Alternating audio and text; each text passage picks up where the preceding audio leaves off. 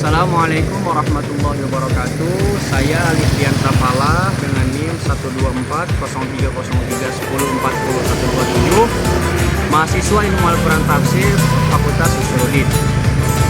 Izinkan saya untuk kali ini menerangkan tentang fikih dan sumber hukum Islam serta urgensinya untuk memahami fikih 4 mazhab. Fikih merupakan disiplin ilmu yang mengatur praktik syariat Islam dalam kehidupan sehari-hari, baik dari segi ibadah, muamalah, dan lain sebagainya. Terutama dari segi ibadah, yakni sholat. Kebersihan lahiriah menjadi syarat mutlak yang tidak bisa ditawar. Oleh karena itu, pembahasan tentang kali ini adalah supaya kita lebih mengenal lagi tentang fikih, apa itu fikih, dan juga mengapa kita harus mengetahui urgensinya untuk mengetahui ada 4 mazhab di dalam fikih ini. Mengapa ada 4 mazhab? Latar belakang daripada 4 mazhab ini, yang pertama itu ada mazhab Imam Hanafi, kemudian mazhab Imam Maliki, kemudian ada mazhab Syafi'i, dan juga mazhab Hambali. Nah, dari keempat ini bukanlah bentuk perpecahan dalam Islam, melainkan merupakan hasil dari ijtihad para ulama besar yang hidup pada 3 abad pertama Hijriah, yang dimana kita tahu bahwasanya Rasulullah SAW bersabda, umat terbaik setelah diriku adalah para sahabat, setelah sahabat adalah para tabi'in, kemudian para atba'ut tabi'in. Dari ijtihad para ulama ini, ulama besar yang hidup pada 3 abad pertama yang merupakan masa keemasan dalam ilmu Islam. Setelah wafatnya Nabi Muhammad SAW, tidak semua permasalahan umat memiliki teks langsung dalam Al-Quran atau hadis.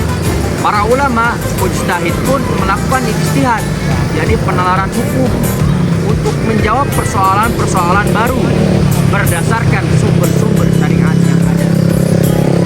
Mengapa hanya 4 mazhab yang diakui? Sebenarnya dahulu terdapat lebih dari 10 mazhab, seperti mazhab Al-Azwa'i, Ats-Tsauri, Al-Laits bin Sa'ad, dan lain-lain. Namun hanya 4 mazhab yang memiliki metode ijtihad yang jelas dan sistematis, kemudian diajarkan dan diwariskan oleh murid-muridnya secara teratur, diterima luas oleh umat dan didokumentasikan dengan baik, serta memiliki daya tahan terhadap perubahan politik dan sosial. Yang kedua, metodologi penetapan hukum. Banyak dari kita bertanya, bagaimana sih cara keempat mazhab tersebut menetapkan hukum? Dari Imam Abu Hanifah, mazhab Hanafi, metodologinya rasionalis, mendahulukan qiyas dan istihsan jika tidak ditemukan di dalam teks. Urutannya, yang pertama ada dalil. Di sini dalil tersebut dari Al-Quran, kemudian juga ada sunnah, ada ijma', qiyas, istihsan, dan uruf.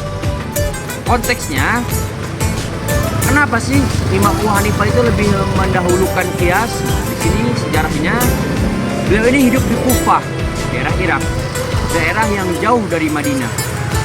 Sedikit riwayat hadis sahih, banyak masalah-masalah baru akibat percampuran budaya Persia dan Arab. Ini mendorong beliau untuk banyak menggunakan analogi logis atau qiyas dan kebijaksanaan istihsan. Contohnya, dalam menentukan keabsahan transaksi muamalah yang tidak disebutkan dalam Al-Quran ataupun hadis, beliau menggunakan qiyas atas transaksi yang serupa. Kemudian ada Imam Malik, mazhab Maliki. Metodologi beliau adalah berbasis tradisi penduduk Madinah, amal ahlul Madinah.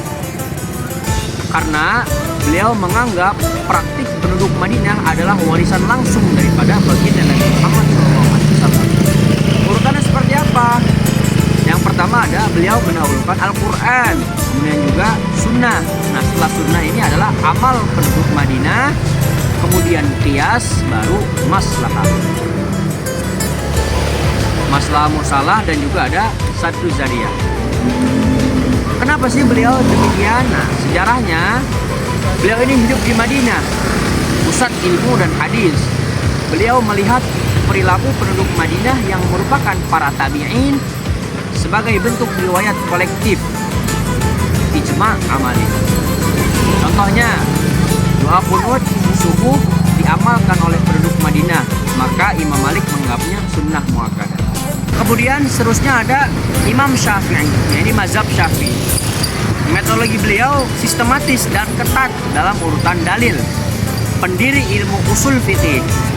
Urutannya dalam ininya, yang pertama adalah Al-Quran, kemudian sunnah, kemudian ijma', dan yang terakhir qiyas. Menolak istihsan karena dianggap subjektif, itu asal penalaran sendiri. Kemudian juga lebih sensitif dalam menerima amal penduduk Madinah. Kenapa demikian?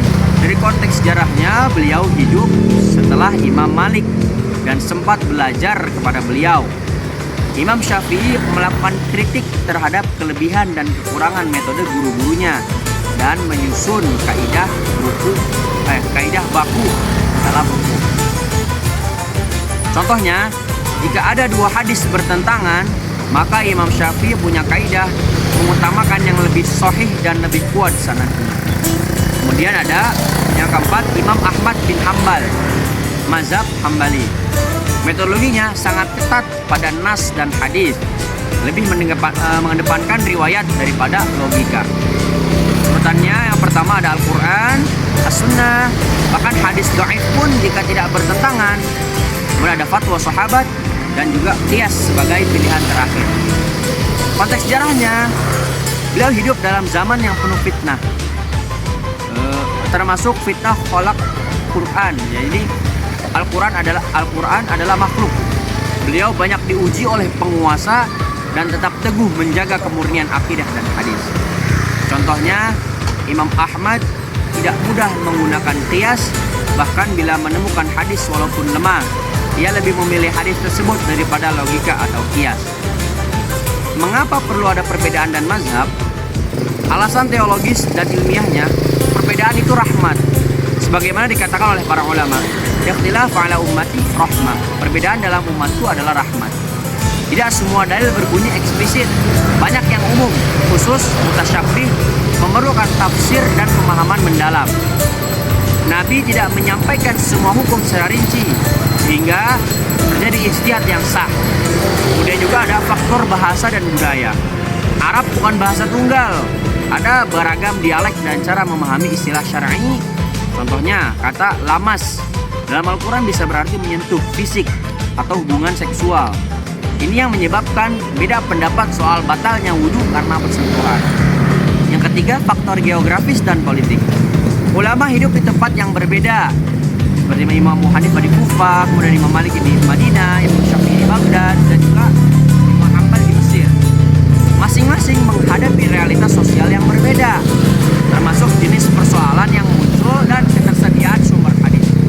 Kesimpulannya, keempat mazhab muncul sebagai jawaban atas kompleksitas kehidupan umat pasca wafatnya baginda Nabi Muhammad SAW. Mereka bukan saling bertentangan, akan tetapi berbeda dalam metode, pendekatan, dan konteks.